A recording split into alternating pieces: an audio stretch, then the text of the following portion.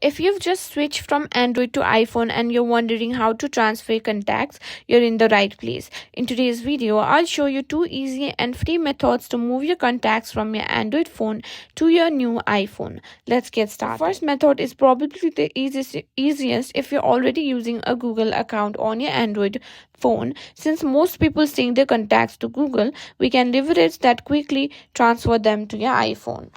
On your Android device, go to Settings and Accounts and select your Google account. If you haven't already synced your contacts, make sure to turn on Contact Sync. This will ensure all contacts are backed up to your Google account. Once your contacts are synced, grab your iPhone, go to Settings, then go to Mail.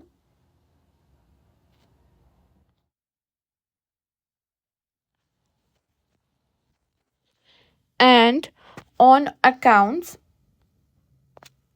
add Gmail account as well. Log in with the same Google account you used on your Android phone. After logging in, make sure the contacts toggle is switched on. And that's it, you've successfully transferred your contacts using your Google account.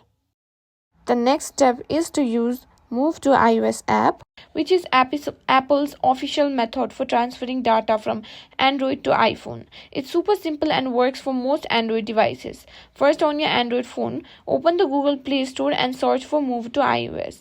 Download and install the app. Once it's installed, open the app. You'll be prompted to agree to some terms and conditions. After then, tap Next. Now on your iPhone, during the initial setup, you'll see an option to move data from Android. Select that option.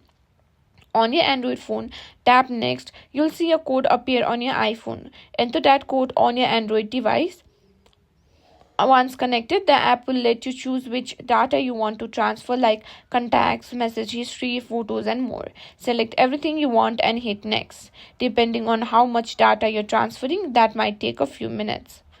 And that's it. Those are some two ways to simply transfer your data from Android to iPhone.